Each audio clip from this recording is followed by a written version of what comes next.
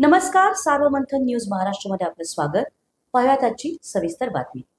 राहुरी तालुक्यातील देवळाली प्रवरा येथील भाजपचे युवा नेते तसेच नगरपालिकेचे माजी नगराध्यक्ष सत्यजित कदम यांना धारदार हत्यार व लोखंडी रॉडने डोक्यावर वार करून गंभीर जखमी केल्याप्रकरणी राहुरी पोलीस ठाण्यात 10 ते 15 जणांवर गुन्हा दाखल करण्यात आला. याबाबत दिलेल्या फिर्यादीत सत्यजित कदम यांनी म्हटले आहे की देवळाली प्रवरा येथे विश्वकर्मा चौकात दरवर्षी नांदगाव तालुक्यातील दिंडी येत असते. या दिंडीसाठी मी व माझे इतर सहकारी जेवण देत असतो. तेव्हा मी व माझे सहकारी मंगेश मुकुंद ढूस विश्वकर्मा चौकात जात असताना विश्वकर्मा चौकात रस्त्यावर मुद्दाम काही युवक हे महिलांना घेऊन लहान मुलांसोबत भांडण करत होते. तेव्हा माजी नगराध्यक्ष यांना त्याने गावात सदर भांडण चालू असल्याने ते सोडवण्यासाठी माझी गाडी थांबवून सदर लोकांकडे गेलो व भांडण सोडवण्याचा प्रयत्न केला. तेव्हा सदर इसम हे पूर्वनियोजित कट करूनच थांबले होते.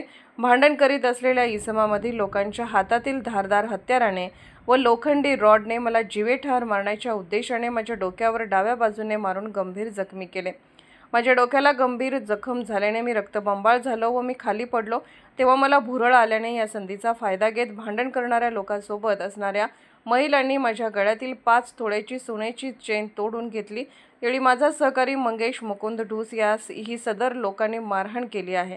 याबाबत कदम यांच्या फिर्यादीवरून मयूर विजय पवार, खंड्या उर्फ विजय इथापे, काळ्या उर्फ राजेंद्र भाऊसाहेब वरडे, राहुल माळी, सविता विजय पवार व इतर 4 ते 5 पुरुष, 5 ते 6 महिला यांच्यावर गुन्हा दाखल करण्यात आला असून आरोपींमध्ये एका अल्पवयीन मुलाचा समावेश असल्याचे समजले असून सदर घटनेचा तपास पोलीस निरीक्षक संजय ठेंगे यांच्या मार्गदर्शनाखाली सुरू असून अद्याप एकाही आरोपीला अटक झाली नसल्याचे समजले आहे.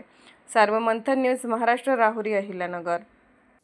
सार्वमंथन न्यूज महाराष्ट्राला लाईक करा, शेअर करा, सबस्क्राईब करा.